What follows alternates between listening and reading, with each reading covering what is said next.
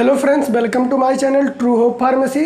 जैसा कि हम लोगों ने पिछले वीडियो में बात किया था लोकल एनेस्थेटिक एजेंट या लोकल एनेस्थीसिया के बारे में, जिसका वीडियो जो है 2 पार्ट्स में बना है, जिसका जो है मैं लिंक अपने डिस्क्रिप्शन में दे दूँगा, वहाँ से जाके आप देख सकते हैं। और आज की वीडियो में जो है हम बहुत ही इंपॉर्टेंट टॉपिक जो कि सेमेस्टर के रिगार्डिंग इम्पॉर्टेंट और जीपैट एग्ज़ाम में भी ये पूछा जाता है। तो आज हम बात करेंगे माइस्थेनिया ग्रेविस के बारे में।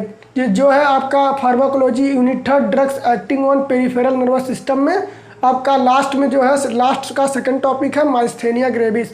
तो वीडियो शुरू करने से पहले आप लोगों से निवेदन है कि अगर आप लोगों ने हमारे चैनल को सब्सक्राइब नहीं किया है तो लाल बटन दबाकर हमारे चैनल को सब्सक्राइब कर लीजिए और बेल आइकन को भी प्रेस कर लीजिए, जिससे फ्यूचर में आने वाले सभी वीडियो के नोटिफिकेशन आपको सबसे पहले मिल जाए। अगर वीडियो अच्छा लगे तो वीडियो को लाइक करें। आपको फार्माकोलॉजी या बी फार्मेसी से रिलेटेड कोई भी क्वेश्चन पूछना हो तो आप कमेंट बॉक्स में कमेंट कर सकते हैं या सोशल मीडिया पे जाके मुझे कमेंट कर सकते हैं। और वीडियो जितना हो सके उतना अपने फ्रेंड्स और क्लासमेट्स के साथ शेयर करिए। तो चलिए शुरू करते हैं। बात करेंगे देखिए माइस्थेनिया ग्रेविस के बारे में। तो पहले आप जान लीजिए कि माइस्थेनिया ग्रेविस क्या होता है। तो देखिए जो ये क्या है, एक ऑटो इम्यून डिसऑर्डर है, जो कि ऑटो इम्यून कहने का मतलब जो हमारे इम्यून सिस्टम से रिलेटेड एक डिजीज है। देखिए एज ए डिफिनीशन आप देख सकते हैं, chronic autoimmune disease characterized by progressively weakness with rapid and easy fatigability of skeleton muscle. देखिए स्केलेटन मसल में क्या होता है, एक ऑटो इम्यून डिसऑर्डर है जो प्रोग्रेसिवली जो निरंतर रूप से बढ़ता जाता है, जिससे क्या होता है कि हमारे स्केलेटन मसल में जो है वीकनेस और थकावट होने लगता है। तो उसको कहते हैं माइस्थेनिया ग्रेविस। ये आपका होता है जो इम्पोर्टेंट पॉइंट है, due to the development of antibodies to the nicotinic receptor. हम जानते हैं कि हमारा जो स्केलेटन मसल है उस स्केलेटन मसल में निकोटिनिक रिसेप्टर पाया जाता है, जिससे हमारा जो है मसल का अच्छे तरह से कॉन्ट्रैक्शन या मूवमेंट होता है। तो ये क्या करता है, जब उस निकोटिनिक रिसेप्टर पे एंटीबॉडीज़ का डेवलपमेंट हो जाएगा ज़्यादा अमाउंट में, तो वो क्या करेगा, डिक्रीज करेगा निकोटिनिक रिसेप्टर को। क्योंकि हमारा जो देखिए निकोटिनिक रिसेप्टर का जो न्यूरोट्रांसमीटर है एसिटाइलकोलिन, तो जब एसिटाइलकोलिन के जगह पे एंटीबॉडीज़ जाके बाइंड कर लेगा, क्रॉस लिंक फॉर्म कर लेगा, तो जो है मसल कॉन्ट्रैक्शन अच्छे से नहीं हो पाएगा, जिससे क्या होगा, हमारे स्केलेटन मसल में वीकनेस आ जाएगा, फटेगिबिलिटी आ जाएगी और रैपिड क्या होगा उसका, इसमें जो थकावट होने लगेगा। तो उसको हम कहते हैं माइस्थेनिया ग्रेविस। अब देख लेते हैं इसका मैकेनिज्म ऑफ एक्शन कैसे कैसे होता है। तो देखिए क्योंकि ये एंटीबॉडीज़ के फॉर्मेशन की वजह से होता है, इसीलिए इसको कहा गया है ऑटो इम्यून डिसऑर्डर, कि एंटीबॉडीज़ का फॉर्मेशन होने से वो रिसेप्टर को ही डिक्रीज कर देता है, इसीलिए इसको कहते हैं ऑटो इम्यून। तो देखिए अब बात कर लेते हैं मैकेनिज्म ऑफ एक्शन में। तो देखिए जो एंटीबॉडीज फॉर्मेशन हुआ है, तो वो एंटीबॉडी क्या करता है, antibodies bind to the nicotinic receptor and inhibit the action of acetylcholine. देखिए जो एंटीबॉडीज है वो क्या करता है, हमारे निकोटिनिक रिसेप्टर से बाइंड होके क्या करता है, एसिटाइलकोलिन की एक्टिविटी को रोक देता है। उसके बाद क्या करता है, ये कॉज करता है, जो एंटीबॉडीज है वो कॉज करता है, रिसेप्टर के साथ बनाता है क्रॉस लिंकेज फॉर्म करता है, जिससे क्या करता है, जो ये एंटीबॉडीज के क्रॉस लिंक बनने से क्या होता है, स्टिमुलेट होता है degradation and decrease the number of nicotinic receptor. जो निकोटिनिक रिसेप्टर है उसका डिग्रेडेशन या क्षरण होने लगता है, और जिससे क्या होता है कि निकोटिनिक रिसेप्टर का जो नंबर ऑफ रिसेप्टर्स है वो डिक्रीज हो जाते हैं। तो इसके डिक्रीज होने से जो आपका damage of post synaptic membrane, उस पर जो है एसिटाइलकोलिन बाइंड नहीं हो पाता, और जो उसका पोस्ट साइनेप्टिक रिसेप्टर है वो डैमेज हो जाता है, क्रॉस लिंक उस पर फॉर्म हो जाता है। इसीलिए जो है मसल का कॉन्ट्रैक्शन अच्छे से नहीं हो पाता, इम्पेयर मसल कॉन्ट्रैक्शन होता है। तो इसको जो है स्ट्रक्चर में आप देख सकते हैं, इससे आपको समझने में आसानी होगी, जो मैंने लिपिनकॉर्ड के लेटेस्ट एडिशन से लिया हुआ है। तो देखिए ये आपका नॉर्मल कंडीशन, जब आपको कोई माइस्थेनिया ग्रेविस डिसऑर्डर या डिजीज नहीं होता है तब कैसे काम करता है आपका जो है स्केलेटन मसल, और जब आपको डिजीज हो जाएगा तब कैसे काम करेगा। तो पहले हम नॉर्मल देख लेते हैं। तो देखिए ये आपका कोई जो है कोलिनर्जिक रिसेप्टर है, उसमें आपका ये साइनेप्टिक वेसिकल्स है जिसमें एसिटाइलकोलिन स्टोर होते हैं। जब ये रिलीज होंगे तो रिलीज होने के बाद एक्सोसाइटोसिस के थ्रू रिलीज होंगे, रिलीज होकर क्या करेंगे, ये जाके निकोटिनिक रिसेप्टर से बाइंड करेंगे, जिससे जो है नॉर्मल मसल कॉन्ट्रैक्शन होगा, जिससे कोई पेन, जिससे फटेगिबिलिटी नहीं होगी। ये नॉर्मल कंडीशन है जब आपको माइस्थेनिया ग्रेविस नहीं है। लेकिन वहीं हम जब बात करते हैं कि ऐसे कोलिनर्जिक रिसेप्टर जब पेशेंट को माइस्थेनिया ग्रेविस हो जाता है, तो क्या होता है कि जब साइनेप्टिक वेसिकल से एसिटाइलकोलिन रिलीज होंगे तो वो क्या करेंगे, कुछ तो आके जो है रिसेप्टर से पोस्ट साइनेप्टिक निकोटिनिक रिसेप्टर से बाइंड होंगे, और कुछ क्या करेंगे निकोटिनिक रिसेप्टर पे, जो क्योंकि हम एंटीबॉडीज का फॉर्मेशन उसमें माइस्थेनिया ग्रेविस डिजीज में ज़्यादा होता है, तो जहाँ एसिटाइलकोलिन को बाइंड होना चाहिए वहाँ जाके वो एंटीबॉडीज जाके एक्यूमुलेट हो जाता है रिसेप्टर पे, जिससे वो रिसेप्टर ऑक्यूपाई रिसेप्टर भर जाता है। क्योंकि यहाँ रिसेप्टर पे अच्छे से एसिटाइलकोलिन नहीं बाइंड हो पा रहा, उसके जगह पे एंटीबॉडीज बाइंड हो जा रहा है, तो उसके वजह से क्या होगा, इम्पेयर्ड मसल कॉन्ट्रैक्शन होगा, मसल का कॉन्ट्रैक्शन अच्छे से नहीं हो पाएगा, जिससे हमको मसल में वीकनेस फील होगा, फटेगिबिलिटी फील होगी। तो ये आपका पूरा हो गया जो है स्ट्रक्चर से आप समझ सकते हैं।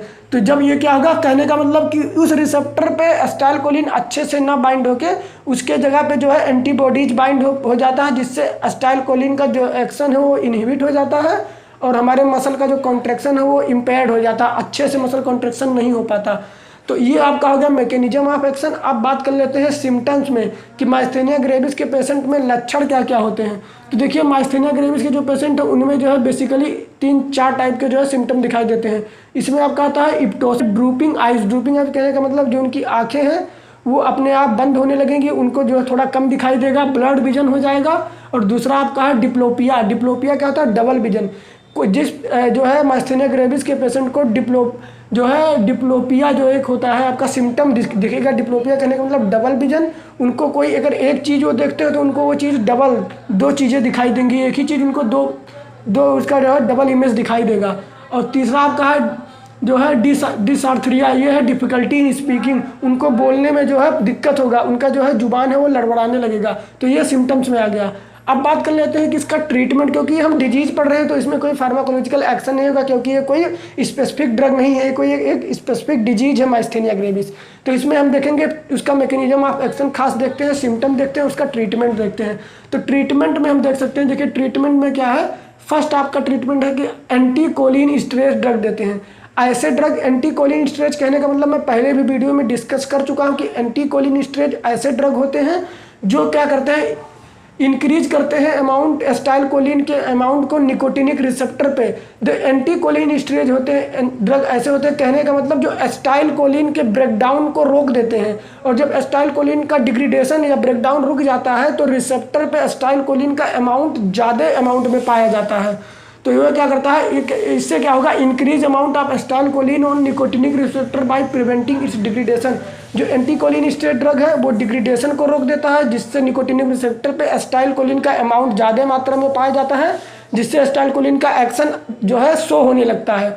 तो इसके लिए माइस्थेनिया ग्रेविस में हम एंटीकोलिन स्टेरॉइड ड्रग देते हैं। एग्जाम्पल में आप देख सकते हैं फिजियोस्टिगमिन है, नियोस्टिगमिन जो एंटीकोलिन स्टेरॉइड ड्रग है।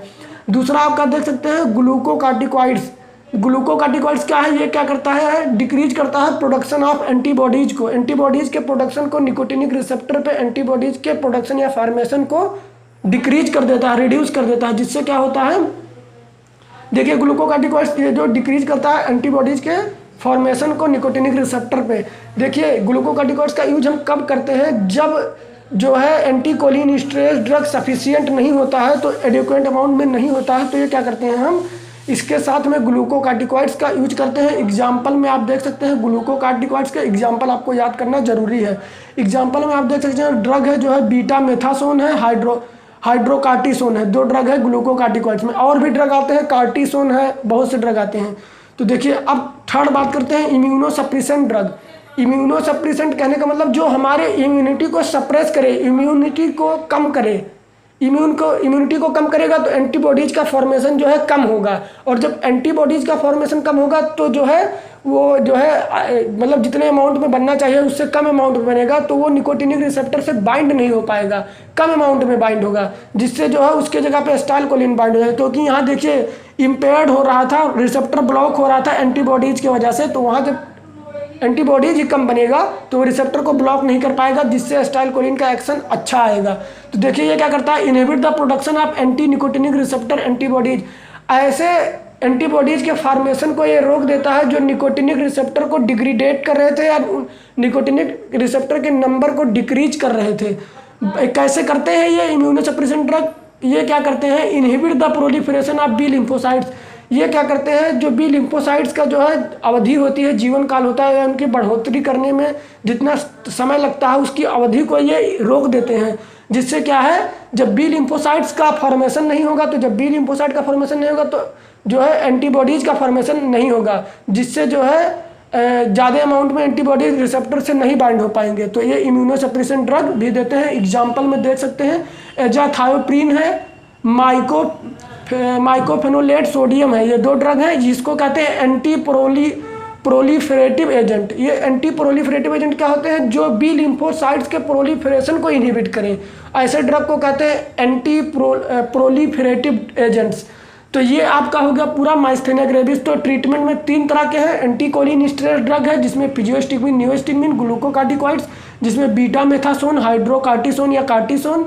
इम्यूनोसप्रेसेंट में आपका एजाथायोप्रिन, माइकोफेनोलेट सोडियम, ये आपका हो गए जो है ट्रीटमेंट्स में। तो ये जो है पूरा आपका माइस्थेनिया ग्रेविस खत्म होता है। अब हम नेक्स्ट वीडियो में जो बात करेंगे आपका ड्रग एक्टिंग ऑन ग्लूकोमा। जैसे ये माइस्थेनिया ग्रेविस के बारे में हम लोगों ने बात किया, नेक्स्ट वीडियो में हम बात करेंगे ग्लूकोमा के बारे में। रफली मैं आपको बता देता हूँ, ग्लूकोमा में पहले भी बता चुका हूँ कि हमारे आँखों का जो है एक्वस ह्यूमर जो बनता है उनका इंट्राऑकुलर प्रेशर का बढ़ जाना, वो होता है ग्लूकोमा, जिसको हम अच्छे से एक्सप्लेन करेंगे नेक्स्ट वीडियो में। तो वीडियो अच्छा लगा तो वीडियो को लाइक करिए। फिर मिलते हैं किसी बढ़िया सी वीडियो में। Till then bye bye, take care, have a nice day.